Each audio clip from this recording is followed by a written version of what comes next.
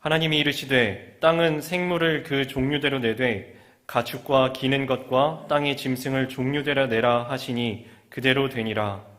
하나님이 땅의 짐승을 그 종류대로, 가축을 그 종류대로, 땅에 기는 모든 것을 그 종류대로 만드시니 하나님이 보시기에 좋았더라. 하나님이 이르시되 우리의 형상을 따라 우리의 모양대로 우리가 사람을 만들고 그들로 바다의 물고기와 하늘의 새와 가축과 온 땅과 땅에 기는 모든 것을 다스리게 하자 하시고, 하나님이 자기 형상 곧 하나님의 형상대로 사람을 창조하시되 남자와 여자를 창조하시고, 하나님이 그들에게 복을 주시며 하나님이 그들에게 이르시되 생육하고 번성하여 땅에 충만하라. 땅을 정복하라. 바다의 물고기와 하늘의 새와 땅에 움직이는 모든 생물을 다스리라 하시니라. 하나님이 이르시되 내가 온 지면에 씨 맺는 모든 채소와 씨가 진 열매 맺는 모든 나무를 너희에게 주노니 너희의 먹을거리가 되리라. 또 땅의 모든 짐승과 하늘의 모든 새와 생명이 있어 땅에 기는 모든 것에게는 내가 모든 푸른 풀을 먹을거리로 주노라 하시니 그대로 되니라. 하나님이 지으신 그 모든 것을 보시니 보시기에 심히 좋았더라. 저녁이 되고 아침이 되니 이는 여섯째 날이니라. 아멘. 네, 오늘 말씀 우리 사순절을 시작하면서 함께 나누는 창세기 1장 말씀 가운데 하나님께서 크신 은혜 베풀어 주실 줄로 믿습니다. 창세기 말씀, 여러분 아마 처음 듣는 말씀은 절대 아니실 것 같습니다. 지금 보니까 하루 이틀 신앙생활 하신 분들이 아니신 것 같습니다. 아마 5번, 아마 10번 이상 창세기 말씀은 들으셨을 것 같습니다. 태초에 하나님이 천지를 창조하시니라 라고 시작하는 이 창세기의 말씀, 주일학교 때부터 들으셨을 것 같습니다. 이제 3살 된 저희 아이도 이미 들었습니다. 그러니까 여러분들도 아마 2자릿수 이상으로 들으셨을 것 같은데 평생에 들으시던 말씀입니다. 새로운 말씀은 하나도 없습니다. 이미 익히 알고 계신, 여러 번 들으신 이 말씀, 평생에 들으시던, 그리고 오늘 또 듣는 말씀이시지만 이것이 무슨 모르는 새로운 어떤 것이 있어서가 아니라 우리 안에 이미 살아계신 하나님께서 이미 심겨주신 그 말씀을 다시 기억나게 하시고 생각나게 하시고 주님의 마음을 깨달아 알게 하시고 주님의 뜻대로 살아가게 만드는 그런 시간 되셨으면 좋겠습니다. 1절 이렇게 시작하고 있습니다. 태초에 하나님이 천지를 창조하시니라. 태초에 하나님이 천지를 창조하셨다라는 이 말씀은 하나님께서 시작점이 되셨다는 것입니다. 하나님께서 모든 것의 근원이 되시고 우리의 삶의 첫머리가 되시고 시작하신 분이 하나님이 되셨다라는 말씀입니다. 제가 이 말씀을 준비하면서 뭐를 하나 자랑하려고 가지고 왔어요. 이거 혹시 뭔 거 같으세요? 이거 뭘까요? 이거 목사님 저 노안이 와서 안 보이는 그 조그마한 걸 갖다가 드리면 이거 압니까? 하시는 눈빛이신데 네, 아무도 못 알아보실 거라고 저도 생각을 했습니다. 이게 뭐냐 하면요, 그 핸드폰 뒤에다가 이렇게 붙이는 거예요. 말씀 들으니까 아실 것 같죠? 이렇게 해가지고 그 젊은 애들이 이렇게 막 손잡이처럼 이렇게 붙이고 다니는 이런 게 있습니다. 제가 왜 이걸 자랑하려고 갖고 왔냐 하면은 이거 제가 만든 거예요. 제가 만들었습니다. 언제 만들었냐 하면은 지난주에 청년부 수련회 가서 만들었습니다. 제가 이런 공예를 딱히 좋아해서 만든 게 아니고요. 청년부 활동 중에 요거 만드는 게 있었어요. 그래갖고 그 새로운 청년부 목사가 부임한 지 이틀 만에 같이 가가지고 이제 아이들과 함께, 청년들과 함께 이걸 만들었습니다. 이게 그 그물망 같은 데다가 털실로 된 총을 다다다다다다 쏘니까 이런 게 이제 만들어지는 거예요. 그걸로 이제 가위를 열심히 자르는데, 저는 그날 밤을 거의 샜거든요. 이제 부임하자마자 수련회를 갔으니까 얼마나 준비할 게 많았겠습니까? 거의 밤을 꼴박 새고서 이거 만들다가 너무 피곤해서 힘들다 하고서 힘든 눈빛으로 청년들을 보는데 너무 즐거워하는 거예요. 너무 기뻐하는 거예요. 네, 이 청년들은 자기들이 이거 고른 거거든요. 이거 하자고. 그래서 너무너무 재밌고 즐겁게 하고 있는 그것을 보니까 저는 즐거웠습니다. 저는 이거 자체는 그냥 제가 이걸 이렇게 달고 다니는 거 그렇게 좋아하지는 않는데, 같이 하고 있는 우리 청년들이 기뻐하는 모습을 보고 같은 총을 같이 쏘고 있고 같은 가위질을 같이 하고 같은 본드질을 하고 있는 그 순간이 저는 기뻤습니다. 즐거웠습니다. 이게 목적이 있어요. 만들어진 목적이 있습니다. 여기 테이프가 있는데 테이프는 여기 붙이라고 만들어져 있는 거고요. 이게 늘어났다, 줄어들었다 하는 이거는 손가락 여기 끼우라고 하는 목적이 있습니다. 아이들이 이걸 딱 다 만들더니 기쁜 얼굴로 인증샷을 찍고 그대로 자기 핸드폰에 있던 걸 띄더라고요. 그리고 그걸 붙였습니다. 이게 공장에서 만든 것보다 제품의 품질이 좋아서 기존의 걸 띄고 붙였을까요? 아닙니다. 자기가 만든 거니까 붙인 거예요. 자기가 만든 거니까 소중해서 인증샷을 찍고 사진을 남겨놓고 얼른 붙여서 달고 다니더라고요. 혹시 여러분들 청년들이 이 비스무리한 걸 달고 다니는 거 있으면은 그거 다 수련회 때 만든 겁니다. 우리는 이런 것을 만들었다라고 합니다. 만들었다. 이게 어디 공장에서 만든 것보다 품질이 좀 떨어지더라도 내가 만든 거에는 각별한 마음이 생기는 겁니다. 내가 만든 거니까요. 내가 힘들게 시간과 노력을 투여해서 계획을 하고 내 손으로 내가 땀 흘려서 만든 이 조그만한 거에도 사람이 애정이 생긴다는 거예요. 오늘 말씀은 이렇게 이야기하고 있습니다. 하나님께서 우리를 만드셨습니다. 천지 만물을 만드시고 우리를 만드셨다고, 창조하셨다고 말씀합니다. 그런데 저 같은 이 피조물이, 이 사람이 이걸 만든 거랑은, 하나님께서 세상을 창조하신 거랑은 근본적인 차이가 있습니다. 어떤 차이냐면요, 이거는 제가 그 공방에 가니까 재료가 다 준비되어 있었어요. 털실도 있고 이 바닥에 있고 스티커도 있고 다 있어요. 본드도 있고 뭐가 다 있어요. 그러니까 저는 재배치시켰을 뿐이고 변형을 시켰을 뿐입니다. 원래 있는 거를 그냥 조합해서 만든 겁니다. 하나님께서는 아무것도 없는 데서 만드셨습니다. 그것을 우리는 무로부터의 창조. 아무것도 없는데 모든 것을 진짜 존재하게 하셨다. 이것이 하나님의 창조이고 우리가 어디서 만들었다라고 사용하는, 인간이 뭔가를 만들어내는 이런 것과 근본적인 차이가 있는 창조주 되신 하나님의 창조입니다. 하나님께서 천지 만물을 그렇게 말씀으로 창조하셨습니다. 하나님께서 우리를 사랑의 마음을 가지고 창조하셨습니다. 우리의 근원이 되시고 우리의 시작점이 되셨다는 것입니다. 그리고 성경은 이렇게 이야기하십니다. 하나님께서 우리 삶을 시작하셨고 이끄시고 완성하신다고요. 빌립보서 1장 6절에 이렇게 말씀하고 있습니다. 너희 안에 착한 일을 시작하신 이가 그리스도 예수의 날까지 이루실 줄을 우리는 확신하노라. 이 부분을 새 번역에서는 이렇게 번역하고 있습니다.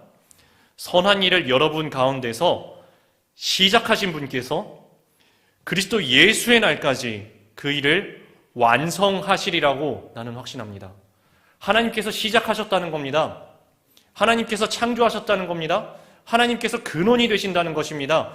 우리의 시작점, 아니 우리가 기억하지도 못하는 창세 이전에 먼저 우리를 사랑하시고 계획하시고 창조하시고 만드시고 시작하시고 늘 함께 하시고 그리스도의 날, 우리 삶의 마지막 날, 우리가 주님을 얼굴과 얼굴로 마주하여 보는 그 때까지, 그리스도의 날까지 하나님께서 완성하신다는 것입니다. 하나님은 우리 함께 지어진 우리 인간들과 다릅니다. 우리를 낳아주신 부모님도 언젠가 우리보다 먼저 떠나시죠. 저희들도 저희 자녀들을 놔두고 언젠가 먼저 떠날 날이 올 것입니다. 그러나 하나님은 어제나 오늘이나 변함이 없으십니다. 왜냐하면 하나님은 알파와 오메가, 처음과 나중 되신 분이시기 때문입니다. 늘 변함없으신 그분께서 우리를 시작하셨고 창조도 되신 그분께서 우리와 늘 함께 하시며 그리스도의 날까지 완성해 주신다는 그 약속, 이렇게 성경은 또한 말씀합니다. 이사야 46장 말씀입니다. 야곱의 집이여 이스라엘 집에 남은 모든 자여 내게 들을지어다. 배에서 태어남으로부터 내게 안겼고 태에서 남으로부터 내게 업힌 너희여 너희가 노년에 이르기까지 내가 그리하겠고 백발이 되기까지 내가 너희를 품을 것이라. 내가 지었은즉 내가 업을 것이요 내가 품고 구하여 내리라. 하나님의 약속입니다. 하나님께서 창조하셨다는 것입니다. 하나님께서 시작하셨습니다. 우리 삶의 마지막 순간까지, 세상의 마지막 순간까지 우리 삶을 완성하시는데 그 과정을 이렇게 말씀했습니다. 내가 너희를 안아주겠다고, 업어주겠다고, 노년에 이르기까지, 머리가 희끗희끗해서 백발이 되기까지 품어주고 업어주고 구하여 내신다고. 내가 지었은즉 내가 업을 것이요 내가 품고 구하여 내리라. 주님의 말씀입니다. 7절 말씀 이렇게 말씀하고 있습니다. 하나님이 궁창을 만드사 궁창 아래의 물과 궁창 위의 물로 나뉘게 하시니 그대로 되니라. 그대로 되니라. 이 창세기 1장 사실은 다 읽고 싶었는데 시간 관계상 다 읽지는 못했습니다. 그런데 이 창세기 1장을 꼼꼼히 읽어보신 분들은 이 뭔가 좀 반복되는 게 있다. 비슷한 구조가 계속 나오는데 하는 것을 발견하실 수 있을 겁니다. 그렇습니다. 이 창세기 1장을 보면은 창조가 7번이 매우 유사한 구조가 반복이 돼요. 그래서 그대로 되니라 하는 이 말씀도 여러 번 나옵니다. 3절에 보니까 있으라 하시니 있었다 됐고요. 7절, 9절, 15절, 23절, 24절, 30절에 보니까 그대로 되니라 라는 말씀이 나옵니다. 그대로 되니라. 하나님께서 말씀하시니까 그대로 됐다라는 이야기입니다. 하나님의 말씀에 이 천지 창조된 그 모든 것들이 순종하였다라는 말씀입니다. 이 장면을 저는 한번 생각을 해봤어요. 이거 뭐 제가 창조 시절에는 없었으니까 본 적은 없지만 그냥 이렇게 생각을 해본 거예요. 하나님께서 말씀으로 이렇게 창조를 하셨다고 하는데 이 시키신 대로 보면 다 됐어요. 어떻게 시키셨을까? 그냥 제 생각이 이런 겁니다. 궁창 위아래 물을 나뉘라고 하셨대요. 하나님 무슨 야 물 너 위로 올라가. 그러니까 물이 네 하고서 올라가는 거예요. 야 너 다 올라가지 말고 너는 밑으로 내려와서 나눠지게 하니까 네 하고서 나눠졌다는 거예요. 또 이렇게 시키시는 겁니다. 야 땅 너는 식물을 내라 하니까 땅이 네 하고서 땅이 식물을 내는 거예요. 이 장면을 한번 생각을 해보세요. 또 하나님 시키시는 거예요. 야 광명체라는 거는 그 빛을 발하는 그 별들을 이야기하는 거죠. 광명체 너네는 저 땅에 좀 비춰줘라. 저 너무 어두컴컴하다. 좀 비춰줘 하니까 네 하고서 빛을 쫙 비추는 거예요. 또 하나님 땅에게 시키시는 겁니다. 야 땅 너 이번에는 동물을 내라 하니까 땅이 또 그러는 거예요. 네 하나님 동물을 냅니다.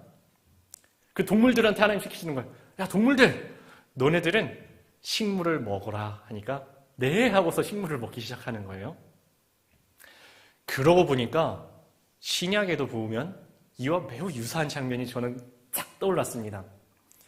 예수님이 풍랑한 가운데서 이렇게 말씀하십니다. 풍랑아 잠잠하라. 바람아 멈춰라.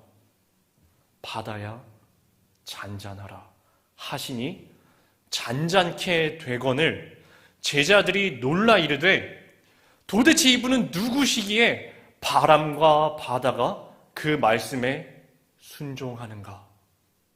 그 장면이 바로 이 천지 창조의 장면에 그대로 된 것입니다. 천지 만물에게 하나님께서 시키시는 거예요. 말씀하시는 거예요. 그러니까 이 천지 만물들이 누구 한 명이 또 싫어요. 안 돼요. 못해요 하지 않고 네 하나님 그렇게 하겠습니다 라고 이 순종하는 장면이 오늘 말씀에 그대로 되니라 그대로 되니라 라는 말씀으로 나타나고 있는 것입니다. 이것이 창조의 섭리였습니다. 하나님께서 말씀하시니 그대로 되는 것, 이것을 우리는 주기도문에서도 나타나고 있는데요. 우리 이렇게 기도하죠. 하나님의 나라가 이곳에도 임하게 하시오며 주님의 뜻이 하늘에서 그대로 이루어진 것과 같이 이 땅에서도 우리가 살아가고 있는 바로 이곳에서도 하나님의 뜻이 그대로 이루어지게 하여 주시옵소서 하고 우리가 기도하지 않습니까? 하나님의 앞에는 싫어요가 없습니다. 하나님의 말씀 앞에는 못하겠습니다. 안 됩니다가 없다는 것입니다. 아멘. 제가 그렇게 하겠습니다.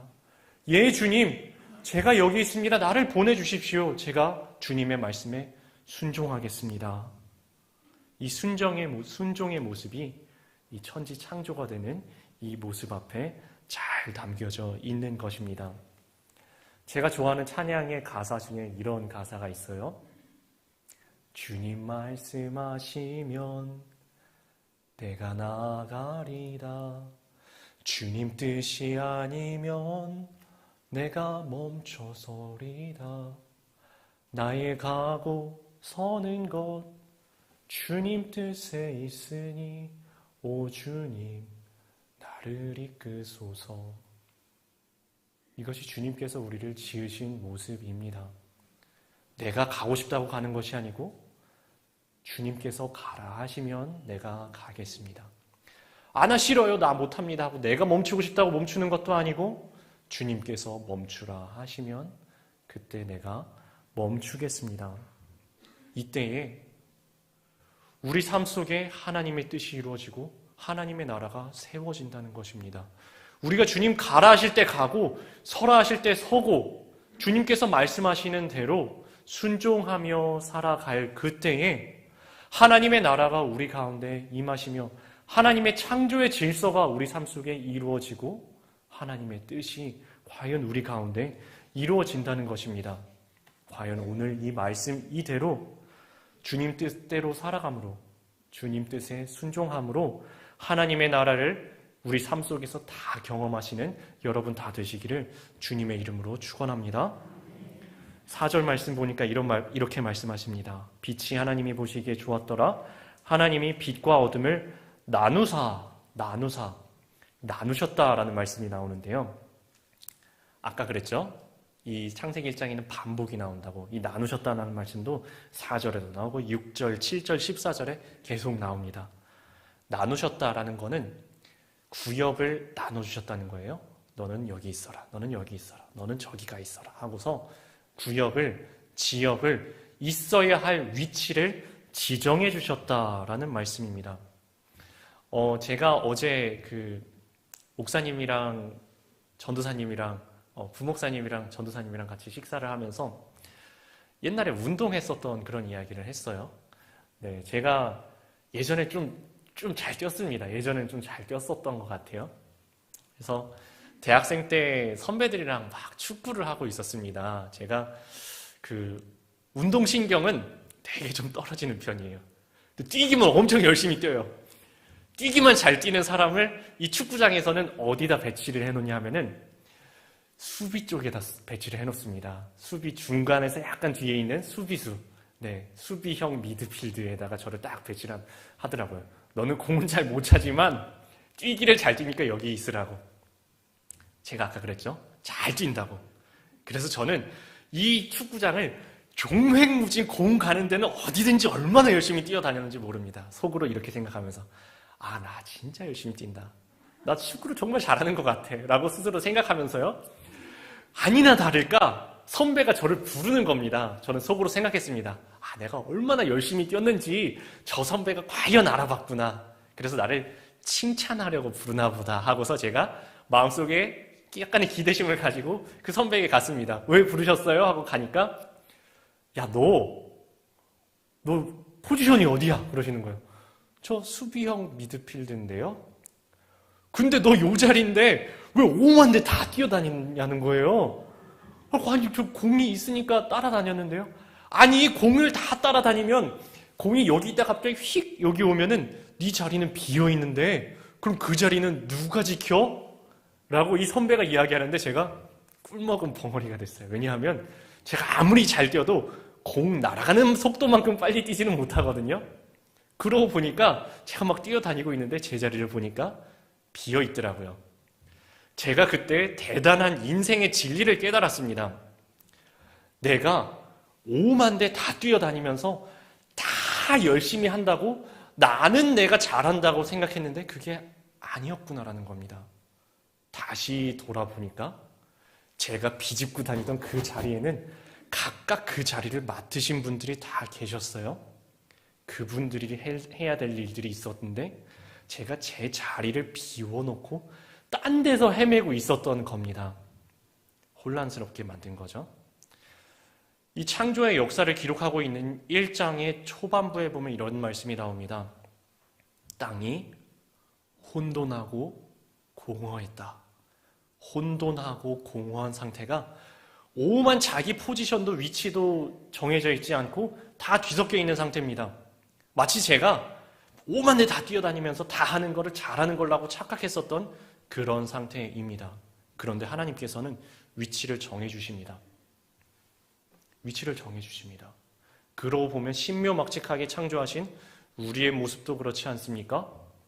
한 몸을 이루고 있지만 손은 손의 자리에가 있을 때 아름답고 발은 발의 자리에가 있을 때 아름답고 눈은 눈의 자리에서 눈의 역할을 할 때 귀는 귀의 자리에서 귀의 역할을 할 때 입은 입의 자리에서 입의 역할을 할 때 아름다운 모습임을 창조의 질서임을 우리는 보아서 알게 됩니다.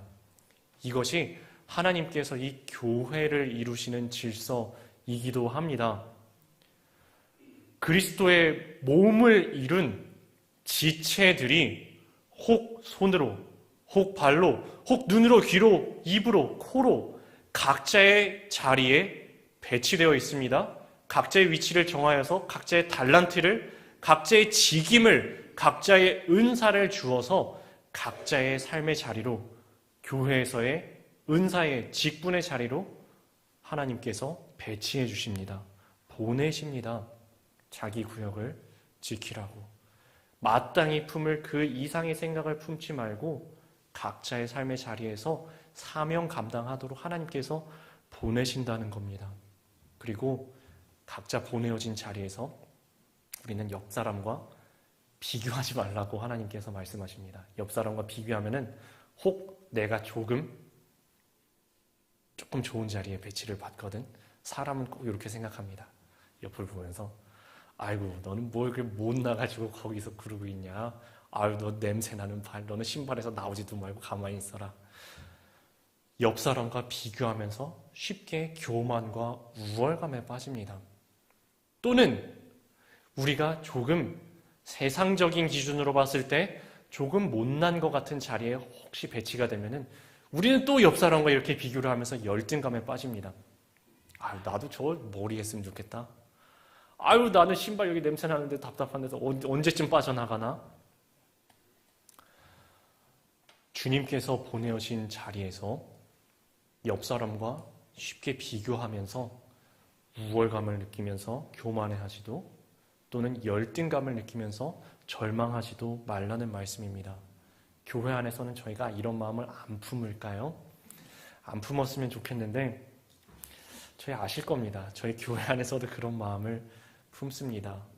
저희가 그런 거를 입 밖으로 잘 내지는 않지만 속으로는 다 이런 나름의 기준을 갖고 있어요. 어떤 기준을 갖고 있냐 하면은 누가 믿음 좋은 사람인가, 누가 믿음 좋은 사람인가 하는 비교하는 비교의식을 갖고 있습니다. 제가 한번 기준들을 말씀드려 볼까요? 성경.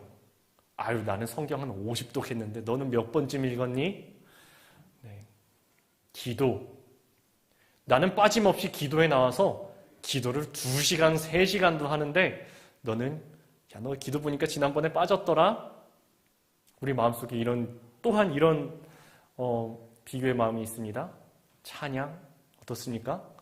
나는 이렇게 은혜롭게 찬양을 큰 소리로 음악적인 재능도 가지고서 잘하는데 야 너 그 박자를 못 맞추니? 또 이런 비교의식 없습니까? 저희 가운데? 헌금? 또는 이런 비교의식 없습니까? 너는 전도 몇 명 했니? 나는 전도 10명 했는데. 또는 예배 출석 시간. 야 나는 10분 전에 미리 와서 기다리고 있는데 너는 꼭 늦더라. 굳은 일에 봉사하시는 분들은 야 너는 봉사 자리에 나올 때마다 도망가더라. 어떤 분들은 교제와 리더십에 강하신 분들은 너는 같이 있을 때 맨날 빠지고 좀 같이 이렇게 하지. 혹 격려와 위로를 잘하시는 분들은 야, 너는 말이 그렇게 좀 딱딱하냐? 좀 격려하고 위로하고 따뜻하게 말 좀 하지. 어떻습니까? 그러고 보니까 우리들도 마음속에 한 번쯤은 이런 마음을 품어본 기억들이 있으시지 않습니까? 주님께서는 성경 말씀에서 이 교회 안에서도 각각의 자리와 은사가 나뉘어져서 서로를 비교하면서 혹 비교의식과 우월의식과 열등감과 혹 교만한 마음을 품지 말라고 고린도전서 12장에서 이렇게 말씀하십니다. 은사는 여러 가지나 성령은 같고 직분은 여러 가지나 주는 같으며 또 사역은 여러 가지나 모든 것을 모든 사람 가운데서 이루시는 하나님은 같으니. 우리 사람 보고 여기 모였습니까? 하나님 바라보고 창조주 되신 하나님 바라보고 우리를 지으신 하나님, 우리를 부르신 하나님, 우리를 보내신 하나님 바라보고 모이지 않았습니까? 그러면 우리가 서로 어떤 직임을 맡았는지 비교하면서 혹 교만하거나 혹 열등감을 느끼는 것이 아니라 하나님을 바라보고 한 은사를 주신 한 성령님 바라보고 모든 것을 모든 사람 가운데서 이루시는 같은 하나님을 바라보고 나아가야 하지 않겠습니까?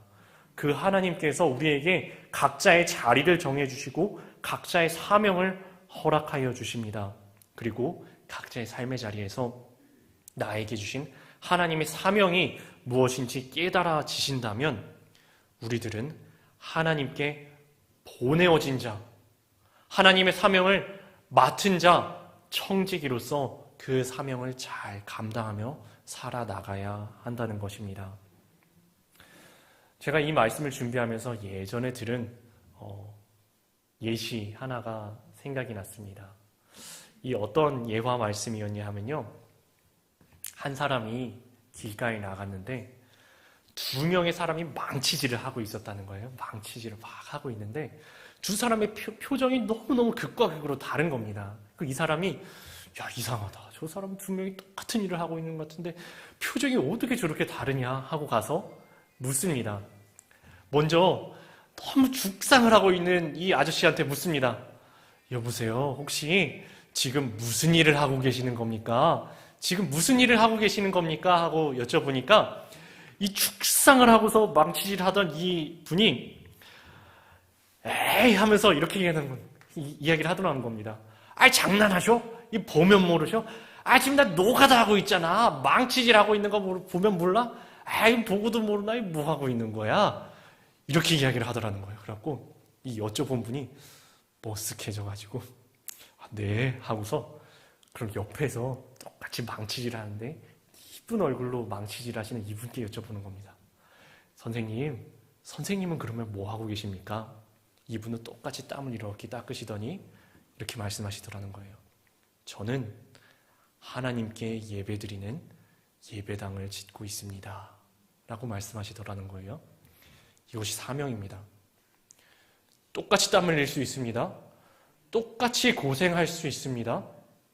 그런데 마음속에 사명을 품고서 사명자로서 살아가는 사람과 그렇지 않은 사람의 삶에는 이렇게까지 큰 차이가 난다는 것입니다. 똑같은 일을 하면서 똑같이 고생할지라도 누구는 사명 감당하면서 주님께서 보내신 자리에서 주님을 위하여서 무슨 일을 하든지 죽게 하듯 하며 살아가는 사람이 있는가 하면은 어떤 사람은 그 자리에서 불평불만하는 인생밖에 안 되는데 그 차이는 사명을 주신 하나님을 바라보면서 살아가는 사람이냐 또는 하나님을 바라보지 못하며 살아가는 사람이냐가 가른다는 것입니다. 우리 다 주님께 부르심받은 사람이라면 주님께서 주신 사명 붙잡고 우리를 부르신 주님 바라보면서 사명 감당하는 여러분 다 되시길 주님의 이름으로 축원합니다. 4절에 다시 이렇게 말씀했었습니다. 빛이 하나님이 보시기에 좋았더라. 하나님이 보시기에 좋았더라. 하나님이 보시기에 좋았더라라는 말씀이 이 1장 말씀에 세워보신 분들은 아실 겁니다. 어떤 분들은 6번 나오는데요 하실 수도 있고 어떤 분들은 7번 나오는데요 하실 수도 있습니다. 보시기에 좋았더라라는 말씀이 정확하게 6번 나오고요. 보시기에 심히 좋았더라라는 말씀이 한 번 나와서 넓게 보면 총 7번이 나왔습니다.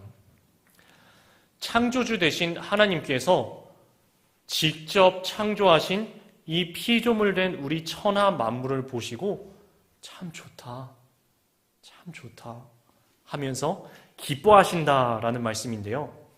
이것은 관계입니다. 관계입니다. 아무 관계 없는 것을 보면은 사실 아무렇지도 않아요. 여러분 처음에 제가 이거 들이밀었을 때 아무 느낌 없으셨죠? 저도 그랬을 것 같아요. 제가 만든 게 아니면 아무 느낌 없었을 것 같습니다. 내가 만든 것이 아니라 남이 만들고 그냥 그런가 보다. 저기 있거나 말거나. 사실 제가 말 안 했으면 여기 있는지도 여러분 모르셨겠죠? 그런데 내가 만든 것을 보면 마음이 다릅니다. 하나님께서도 우리의 관계 속에서 기쁘시다는 겁니다. 하나님께서 직접 만드신, 직접 계획하시고, 직접 말씀하시고, 말씀하신 대로 창조되고, 말씀하신 대로 배치되고, 그 자리에서 사명 감당하는 우리의 모습을 보면서 하나님께서 그 관계 속에서 너무너무 기뻐하신다라는 말씀입니다. 요한복음 15장에서 우리를 바라보면서 기뻐하시는, 우리 마음속에 큰 기쁨을 주시는 주님의 말씀이 조금 길게 나오는데요. 제가 다 읽어드릴게요. 요한복음 15장 9에서 12절 말씀인데요. 아버지께서 나를 사랑하신 것 같이 나도 너희를 사랑하였으니 나의 사랑 안에 거하라. 내가 아버지의 계명을 지켜 그의 사랑 안에 거하는 것 같이 너희도 내 계명을 지키면 내 사랑 안에 거하리라. 내가 이것을 너희에게 이르면 내 기쁨이 너희 안에 있어 너희 기쁨을 충만하게 하려 함이라. 내 계명은 곧 내가 너희를 사랑한 것 같이 너희도 서로 사랑하라 하는 이것이니라. 하나님이 우리를 사랑하시고 우리가 하나님을 사랑하고 하나님이 내 안에 내가 하나님 안에 거할 때 그것이 하나님의 기쁨이 되며 하나님의 기쁨이 또한 우리 안에 충만하게 되어서 우리의 기쁨이 된다라는 말씀입니다. 사랑하는 사람과 함께하는 것이 기쁨입니다. 하나님께서 우리를 사랑하시기 때문에 우리를 바라보시고 기뻐하시고 참 좋다, 심히 좋다라고 말씀하시는 겁니다. 얼마 전에 설 명절이 있었죠? 여러분 어떠셨습니까? 기쁜 명절 시간 보내셨나요? 사랑하는 사람들과 함께 기쁜 명절을 보내셨을 거라고 저는 생각합니다. 어떤 분들은 엊그제 그 봉고차를 타고 가는데 되게 특별한 뭔가를 하신 분들이 말씀을 하시더라고요. 손녀분들이 어디 좋은 데를 보내주셨대요. 그래서 참 좋으셨겠다. 네, 그 권사님의 얼굴을 보니까 그 말하는 그 표정 자체가 말씀하시는 그 표정이 생각만 해도 너무 기쁘신 것 같았습니다. 그런데 옆에 계신 다른 분들은 별로 특별한 것 안 하신 것 같은데도 명절에 손자, 손녀, 자식, 아들, 딸과 함께 했었던 그 이야기를 하시면서 특별한 걸 안 했어도 기뻐하시는 표정이 역력하게 보여서 저는 그 표정을 보면서 또한 기뻤습니다. 그렇지 않으십니까? 사랑하는 사람들과 특별한 어떤 행사를 하면 기쁩니다. 그런데 사랑하는 사람과 뭐 특별한 걸 안 하고 그냥 가만히 있어도 밥만 먹어도 물 한 잔만 마셔도 기쁘지 않습니까? 지난주에 우리 김영석 권사님과 그리고 다른 전도사님, 목사님과 함께 국밥을 먹으러 갔어요. 먹으면서 우리 김영석 권사님이 핸드폰을 딱 꺼내시더니 저한테 뭘 보여주시는 거예요. 뭘 보여주셨을까요? 손녀 사진을 보여주시더라고요. 웃으시는 거 보니까 저한테만 하신 게 아닌가 봐요. 네, 손녀 사진을 보여주시면서 자랑을 하시는 겁니다. 그러니까 옆에 계시던 전도사님이 권사님, 그거 자꾸 자랑하시면 돈 내세요 하시는 겁니다. 그러니까 제가 그 표정을 보니까 멋져 가시면서도 너무너무 기쁨이 그 얼굴에 충만하신 거예요. 그 표정을 보면서 저도 뭔가를 하고 싶었습니다. 뭘 하고 싶었을까요? 저도 제 딸 사진을 자랑을 하고 싶었습니다. 근데 돈 내라고 하실까봐 제가 참았습니다. 보기만 해도 기쁜 겁니다. 사진만 봐도 기쁘고, 이야기만 해도 기쁘고, 생각만 해도 기쁜 것.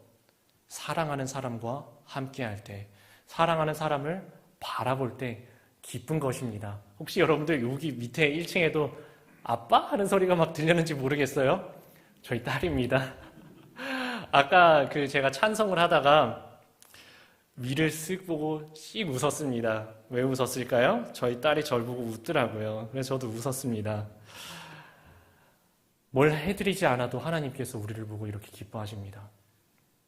우리가 하나님께 뭐 어떤 대단한 거를 해드려서 주님께서 기뻐하시는 것이 아니라 그냥 하나님이 우리를 보시고 기쁘신 겁니다. 하나님이 그냥 우리를 생각만 하셔도 기쁘신 겁니다. 그 마음속에 품고 얼마나 기뻐하시는지 우리 다 아시는 스바냐 3장에서 이렇게 말씀하시죠. 너희의 하나님 여호와가 너희 가운데에 계시니 그는 구원을 베푸실 전능자이시라. 그가 너로 말미암아 기쁨을 이기지를 못하여 하시며 너로 말미암아 잠잠히 사랑하시며 즐거이 부르며 기뻐하시리라. 기뻐하시리라. 우리를 향하신 하나님의 사랑이 그러하시고 사랑의 눈으로 지금도 바라보시는 하나님의 눈빛이 기쁨이 가득하시다라는 것입니다. 그 말씀이 오늘 말씀 창세기 1장에 반복되고 반복되고 반복되어서 나오시는 하나님이 보시기에 좋았더라. 심히 좋았더라. 심히 좋았더라. 우리를 기뻐하시는 하나님의 사랑이 담겨져 있는 말씀입니다. 그런데 우리 사람을 만드시고는 한 단어가 더 붙었어요. 보시기에 좋았더라 사이에다가 심히가 붙었습니다. 심히가. 뭐 때문에 심히 좋아하셨을까요? 27절에서 저는 해답을 찾았습니다. 하나님이 자기 형상, 곧 하나님의 형상대로 사람을 창조하시되 남자와 여자를 창조하시고, 그 형상대로라는 말씀에는 닮았다는 게 내포되어 있는 거죠. 하나님을 닮았다라는 겁니다. 닮았다. 하나님을 닮았다. 주님을 닮은 것이 우리의 정체성입니다. 자녀가 부모의 모습을 닮는 것처럼 하나님의 자녀된 우리가 하나님을 닮아서 그 형상을 닮아가는 것이 우리의 정체성이라는 것입니다. 저희 딸의 얼굴을 보면은 참 저는 볼 때마다 깜짝깜짝 놀랍니다. 저랑 똑같이 생겨서요. 네, 여러분들 저희 딸의 얼굴을 보신 분들이 지금 약간의 의구심을 품고서 이렇게 생각하시는 것 같아요. 그렇게까지 많이 닮은 것 같지는 않으시던데요? 라고 생각하실 수도 있습니다. 생각해 보니까 저희 딸을 안고 처가에 가면 그렇게 생각하십니다. 얘는 엄마 닮았네. 얘는 엄마 닮았네. 처가에 가면 다들 그렇게 말씀을 하세요. 그런데 그 똑같은 아이를 안고서 저희 집에 가면은 다 아빠 닮았다고 이야기합니다. 이게 도대체 어떻게 된 일입니까? 네. 근데 제 눈에는 저랑 똑같이 닮은 것 같아요. 그냥 제 눈에는 그렇게 보입니다. 네. 이걸 뭐라고 표현을 해야 될까요? 이 저를 닮은 이 모습을 보면은 좋습니다. 그냥 좋다는 말로 표현이 안 되게 경이롭습니다. 야, 이거 어떻게 닮았냐? 어떻게 좋은 것도 닮고 나쁜 것도 이렇게 똑같이 닮았지? 표정이 어떻게 똑같냐? 하는 행동이 어떻게 이렇게 똑같지? 경이롭습니다. 놀랍습니다. 그리고 이 놀라움 안에 말로 다 표현할 수 없는 사랑과 기쁨이 생겨요. 그런데 이 불완전하고 실수 많고 이 온전하지 못한 제가 이 저 닮은 제 딸을 보고서도 그렇게 기쁜데 온전하신 하나님께서 창조주 되신 하나님께서 하나님의 모습을 닮은 하나님의 모습을 닮아가는 주님의 마음을 품고 주님을 닮아가는 우리 성도님들을 보시면 얼마나 기쁘시겠습니까? 얼마나 기쁘시겠습니까? 우리의 정체성은 하나님을 닮은 자입니다. 우리의 정체성은 하나님은 닮은 하나님의 자녀입니다. 우리의 정체성은 하나님께서 심히 기뻐하신, 심히 보시기에 좋아하셨던 하나님의 최고의 걸작품, 하나님의 사랑받는 자, 하나님께서 택하시고 손수 지으시고 너무너무 기뻐하셨던 하나님의 사랑 그 자체라는 것입니다.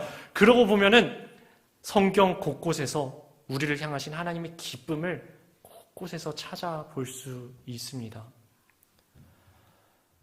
그런데 우리 죄인된 저희들은 늘 주님을 닮은 모습만 주님께 보여드리면 좋겠는데 참 그렇지가 않죠.